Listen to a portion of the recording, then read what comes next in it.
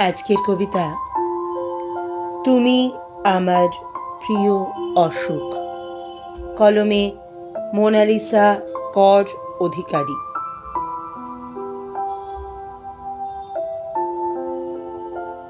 একটা অপ্রিয় নির্ঘুম রাতে আমার প্রিয় অসুখ হয়ে এসেছিলে তুমি। সেই যে সেদিন ঘুম হলো না, আজও আমি জেগে। রাতের পর রাত জেগে নির্ঘুম চোখের সাথে যুদ্ধ করে চলেছি। তোমার কথা মনে পড়লে হৃদয়ে কতটা বিষাদের ঢেউ ওঠে, তার দৈর্ঘ্য বা প্রস্থ কোনোটাই মাপা হয়নি জানো। নিয়মিত এই বিষাক্ত ব্যথা কেমন করে কামড়ে ধরে রাখে আমার হাড় পাঁজর, তা কখনো কাউকে বলা হয়নি। তুমিও জানতে চাওনি এই যন্ত্রণার কথা। তোমার সাথে কথা না হলে আমার পৃথিবীর জাগতিক গতি থেমে যায়। দিনের আলো রূপ নেয় গাঢ় অন্ধকারে, মন খারাপ ভিড় জমায় মস্তিষ্কে। নিজেকে মনে হয় শ্বাসকষ্টের রোগী। প্রতিদিন জানালায় বসে থাকি চিঠির অপেক্ষায়।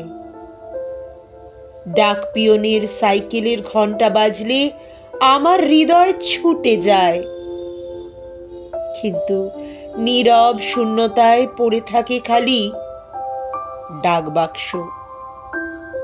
কিছু আবদারের জানি নেই মানে, তোর সঙ্গে আজ আমাকে নে, এগিয়ে দে।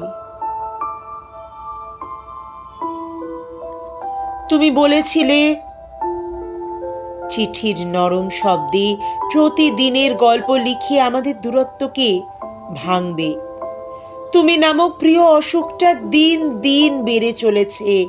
শূন্য খামে কেবল ভরে যাচ্ছে বাতাসের বিষাদ সুরের গান। চোখ ভিজে উঠছে না পাওয়ার কষ্টে।